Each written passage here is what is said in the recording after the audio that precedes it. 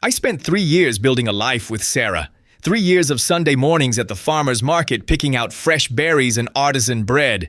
3 years of painting our lake house walls that perfect shade of pale blue she loved. 3 years planning a wedding that was supposed to happen in October. But on a Friday evening in late June, I came home early from work carrying takeout from her favorite Thai place and heard her laughing on the phone in our bedroom. Her voice was soft, intimate in a way it hadn't been with me in months. Then I heard the words that stopped my heart. "You make me feel alive in ways he never could." Before I tell you how I made them both regret everything, let me know where you are watching from. Drop a like if you have ever trusted someone who did not deserve it. And subscribe because this story has a twist you will not see coming. Now let me take you back to the moment my world shattered. I met Sarah 3 years ago at a charity fundraiser in Portland.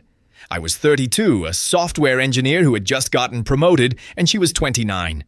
A kindergarten teacher with blonde hair that caught the light and green eyes that sparkled when she talked about her students. We connected over the silent auction table, both bidding on the same photography package for a weekend in Cannon Beach. She won, but I got her number.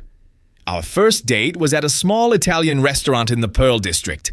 She ordered the mushroom risotto and told me stories about 5-year-olds who thought dinosaurs still existed and asked questions that had no answers. I loved how animated she became, how her hands moved when she spoke, how she threw her head back when she laughed. By the time dessert arrived, I knew I wanted to see her again. The relationship grew slowly, naturally. Weekend hikes through the Cascade Mountains where we would stop by waterfalls and eat sandwiches on mossy rocks. Weeknight dinners where we would cook together, her teaching me how to properly dice an onion while I showed her my grandmother's recipe for pot roast. Lazy Sunday afternoons watching old movies. Her feet in my lap, both of us too comfortable to move. After a year, she mentioned wanting to be closer to her family in Seattle. I did not hesitate. I requested a transfer to our Seattle office, and my company approved it within 2 weeks. We moved north together, found a small apartment in Capitol Hill, and started talking about the future. On a cold February evening last year, I took her to Alki Beach at sunset. The sky was streaked with pink and orange, the Olympic Mountains' dark silhouettes across the water. I got down on one knee, pulled out the ring I had been hiding for 3 months, and asked her to marry me. She cried. She said yes. She kissed me while the waves crashed behind us and seagulls called overhead. We bought the house in May. A 2-bedroom cottage near Lake Washington with a small garden and a view of the water from the kitchen window. It cost $350,000, and we split the down payment evenly. I remember the day we got the keys, how we walked through every room planning where furniture would go, what color to paint the guest bedroom, whether to keep the vintage light fixtures or replace them. We spent weekends making it ours. I painted the living room while she planted lavender in the garden beds. We hung photos from our travels on the hallway walls. We picked out a dining table together at an estate sale, refinished it in the garage, carried it inside like it was made of gold. The house smelled like fresh paint and possibility. The wedding planning started in March. We booked a vineyard in Woodinville for October 10th. 200 guests. A string quartet for the ceremony. A local band for the reception. She picked out bridesmaid dresses in dusty rose. I chose my best friend Marcus as best man. We tasted cakes and argued gently about buttercream versus fondant. Everything felt right. Everything felt like it was falling into place exactly as it should. Then June arrived and small things started to shift. Sarah began coming home late. Not dramatically late, just 30 minutes here, an hour there. She said parent-teacher conferences were running long, or she had signed up for a new yoga class with coworkers, or she needed to stop by the store. Reasonable explanations, nothing that should have raised alarms. But her phone became a constant presence between us. She would set it face down on the kitchen counter on the coffee table on the nightstand. It would buzz and light up, and she would glance at it but not answer when I was nearby. Once I asked who kept texting her, and she said it was just the teacher group chat discussing summer activities for the kids. She started paying more attention to her appearance. Not that she had ever been careless, but suddenly she was wearing makeup to work every day, curling her hair, choosing dresses instead of her usual jeans and cardigan. She bought new perfume, something expensive and floral that replaced her usual vanilla scent. When I complimented her, she smiled and said she just wanted to take better care of herself before the wedding. I wanted to believe her. I wanted to believe that these were just normal changes, a woman excited about her upcoming marriage, trying new things, exploring new hobbies. But doubt crept in during quiet moments. When I woke at 2 in the morning and found her scrolling through her phone in the bathroom. When she laughed at a text message and quickly put her phone away when I entered the room. When she said she was going to yoga but came home smelling like cologne. One Tuesday evening, her phone buzzed on the couch between us while we watched television.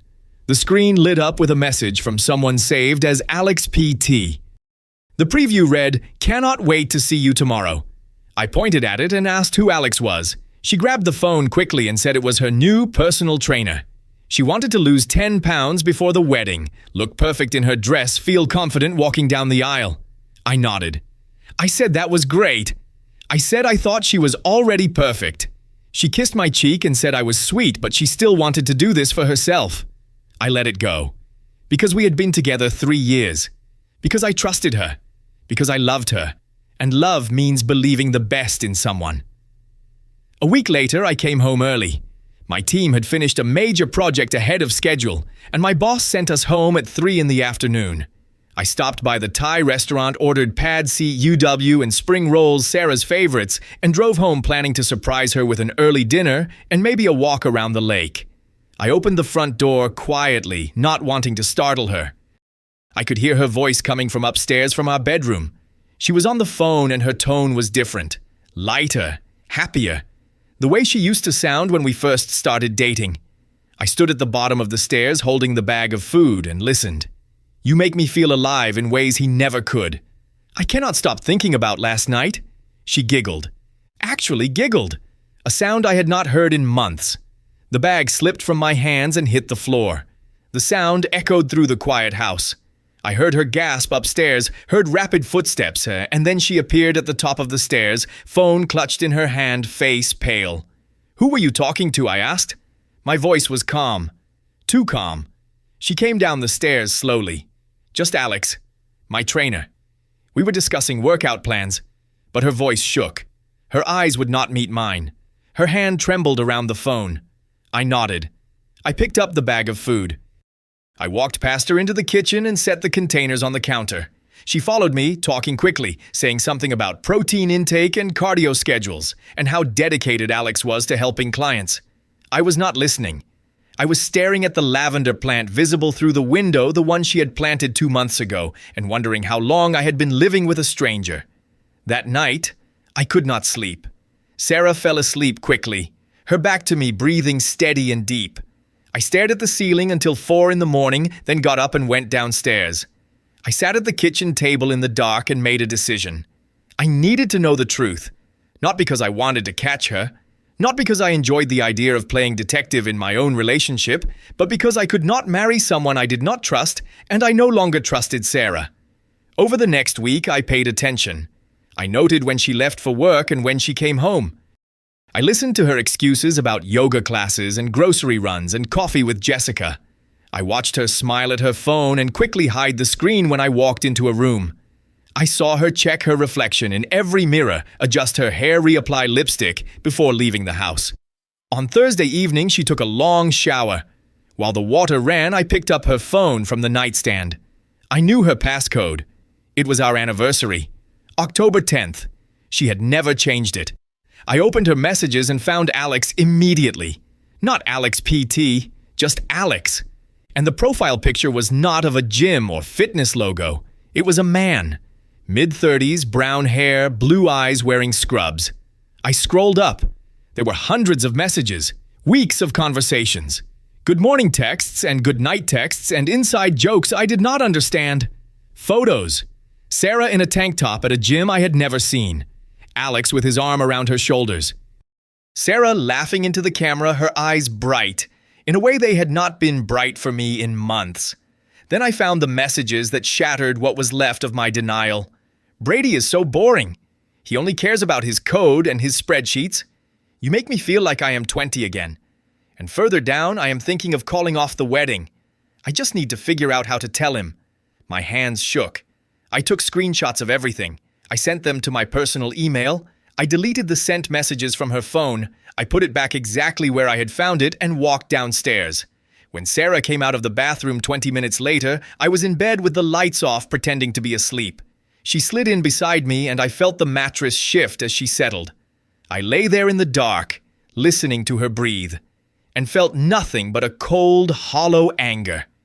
I confronted her the next morning, not with yelling or tears or drama. I waited until she had poured her coffee and sat down at the kitchen table, still in her pajamas, hair wet from the shower. Then I asked calmly, "Is there something you want to tell me?" She looked up, confused. "No." Why, I pulled out my phone and opened the screenshots. "Then who is Alex Brennan?" The color drained from her face. Her mouth opened and closed. She set down her coffee cup with shaking hands. "Brady, I can explain?" "Then explain."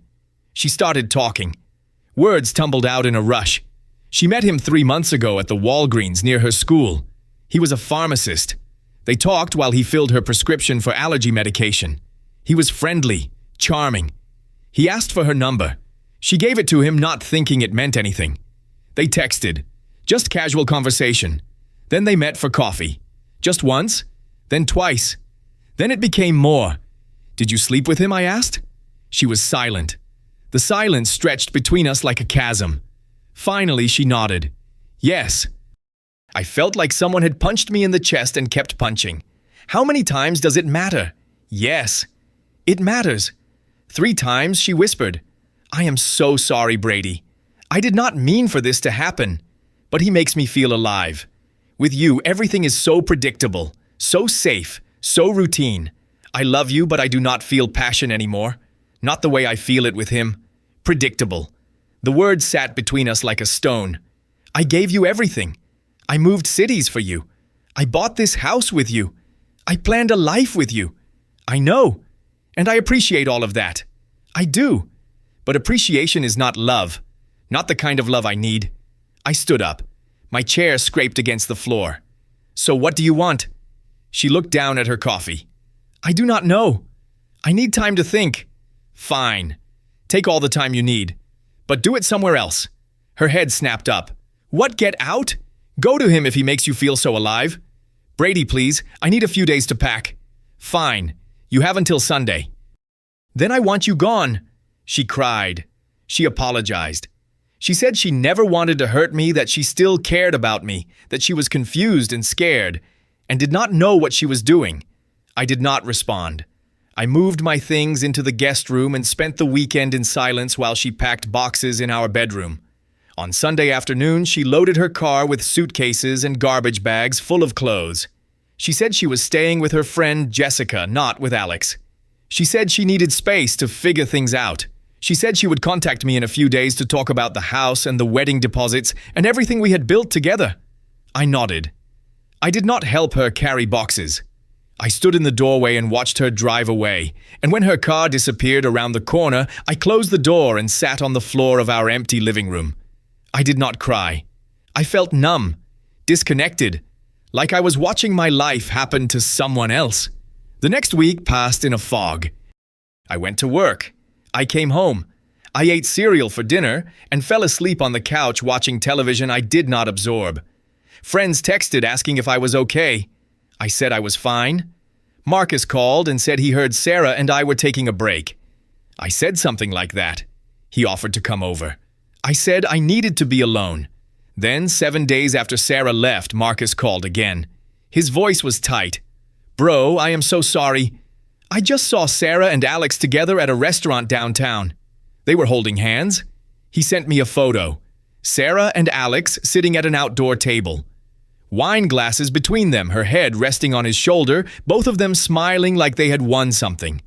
I stared at that photo for a long time, and something inside me shifted. The numbness burned away, replaced by something cold and sharp and focused. I called Sarah. She answered on the 3rd ring, her voice cautious. "I want you to be happy," I said. "If he makes you feel alive, then stay with him." There was a pause. Really? But we need to settle the house." "Oh, right? We can talk about that later." "No. Let's talk now. I will buy out your half. $50,000. I will transfer it next week." Her voice lifted with relief. "That works? Thank you for being so mature about this, Brady. I really appreciate it." I hung up. Then I opened my laptop and started making plans.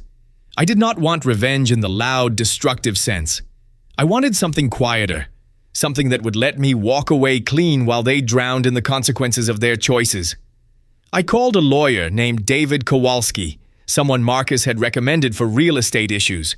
David reviewed the paperwork on our house. We were both on the deed. We had both contributed to the down payment. But because we were not married, there was no prenuptial agreement, no legal binding beyond basic co-ownership. You have every right to sell the house if both parties agree, David said. Just get her signature on the paperwork. I drafted a simple document. Sarah agreed to let me handle the sale of the house. She would receive half the proceeds after fees and closing costs were deducted. Standard language, nothing suspicious. I called her again. I changed my mind.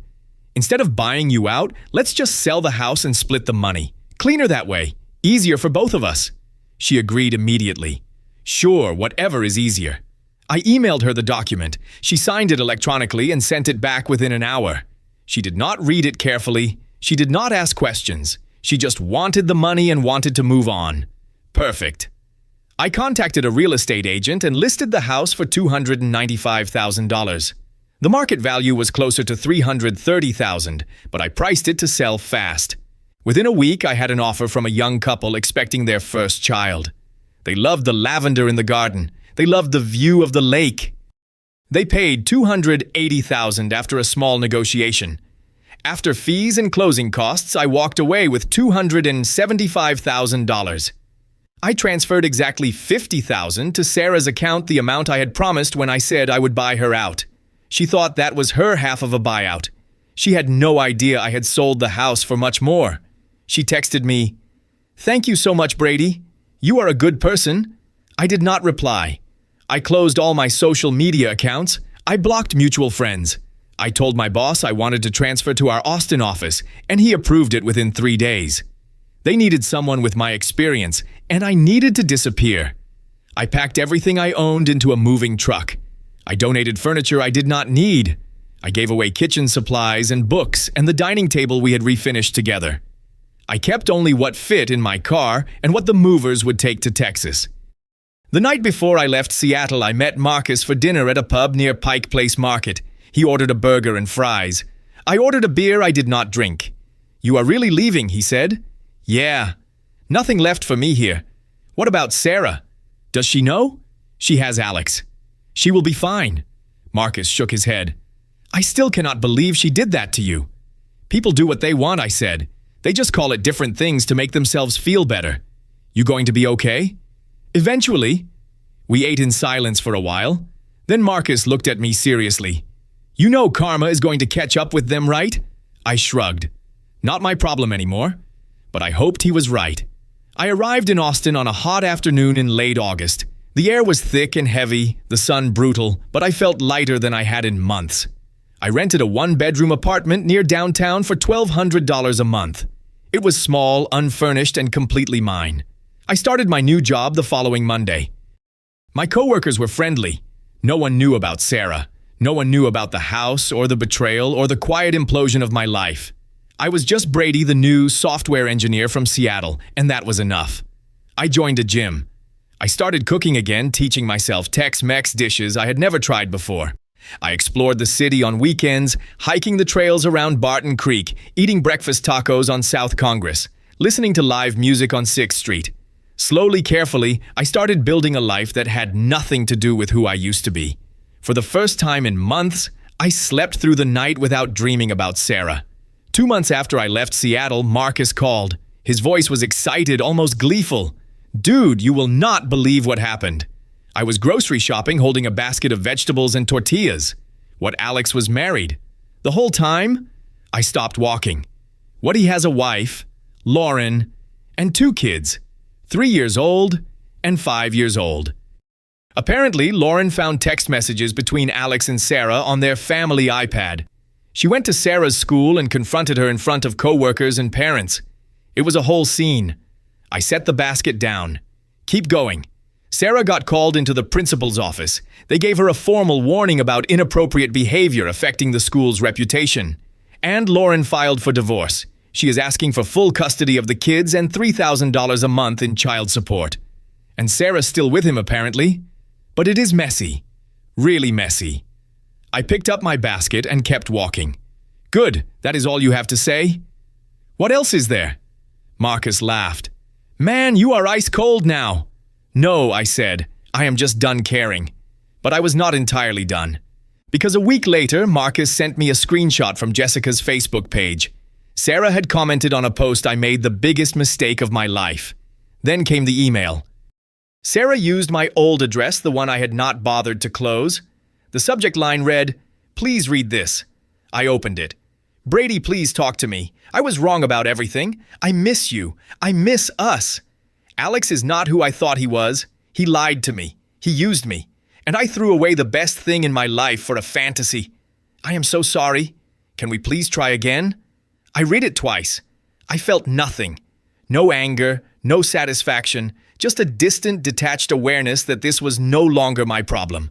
2 weeks later, Sarah called Marcus asking for my new phone number. He called me first. She wants to talk to you. Should I give it to her? No. Tell her I moved on. Tell her I am happy.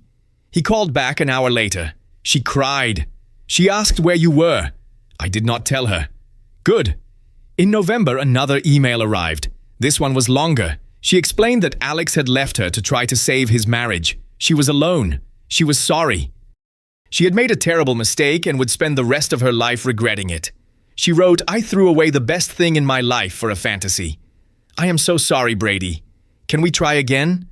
I read the email in my apartment, sitting on my couch, the Austin skyline visible through my window.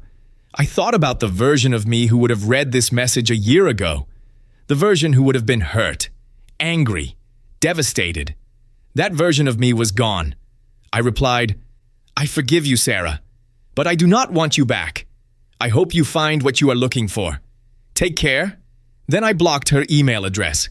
In December, I met someone at a coffee shop on East 6th Street. Her name was Ingrid. She was 30, an architect, originally from Norway, with short dark hair and warm brown eyes. We started talking because we both ordered the same ridiculous seasonal latte, and she laughed at how seriously the barista took the foam art. We exchanged numbers. We met for coffee again, then dinner, then a weekend hiking trip to Enchanted Rock. She did not ask about my past, and I did not offer it. We just existed in the present, two people who liked being around each other. No expectations, no pressure, no plans for forever. She was smart and funny and passionate about sustainable architecture. She showed me sketches of buildings she wanted to design, structures that worked with the land instead of against it. She talked about her childhood in Oslo, her decision to move to America for graduate school, her love of breakfast tacos, and her hatred of humidity. I told her about my work, about learning to code when I was 12, about the satisfaction of solving problems that seemed impossible. I told her I had moved to Austin recently, that I needed a change, that I was still figuring out who I was in this new place. She did not push for more. She just smiled and said she understood starting over. On New Year's Eve, we went to a rooftop party downtown. At midnight, as fireworks exploded over the city, she kissed me. And for the first time in a year, I felt something other than numbness or anger. I felt possibility. It has been over a year now since Sarah told me Alex made her feel alive. A year since I sold our house and disappeared. A year since I watched karma dismantle the fantasy she had built. I do not think about her much anymore. Sometimes I wonder if she is still in Seattle, still teaching kindergarten, still trying to rebuild a life from the wreckage she created. Sometimes I wonder if she ever thinks about what we could have been if she had chosen differently. But mostly, I do not wonder at all. I learned something important through all of this. People will destroy good things in pursuit of excitement, mistaking adrenaline for happiness, novelty for depth. Sarah wanted to feel alive, but she did not understand that feeling alive is not the same as being loved. Excitement fades. Passion cools. What remains is the choice to stay, to build, to invest in something that grows slowly and lasts. I do not hate her. I do not wish her harm. I just do not care anymore. And that indifference is the truest form of freedom I have ever known. Her betrayal did not destroy me. It liberated me from a future where I would have spent decades wondering if I was enough. It freed me to build a life where I did not have to question my worth every time someone looked at their phone or came home late or seemed distracted. Karma did not need my help. It arrived naturally as it always does in the form of consequences that cannot be outrun. Alex lost his family. Sarah lost her reputation and her stability, and the person who would have spent a lifetime committed to her. They got exactly what they chose, and I got something better. I got myself back. Today, I am sitting on my balcony in Austin watching the sun set over the city.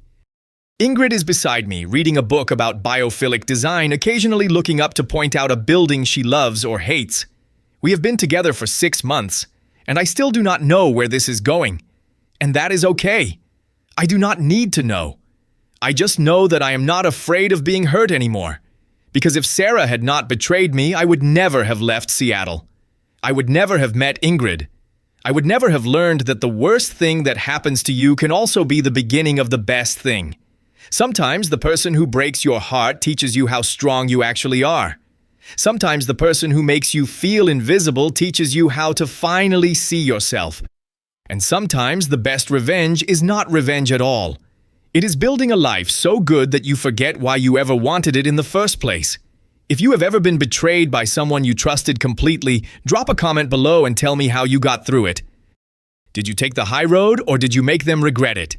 Hit that like button. If this story resonated with you, subscribe for more real-life stories about love loss and starting over, and share this with someone who needs to hear that they will survive the heartbreak. Thank you for listening to my story.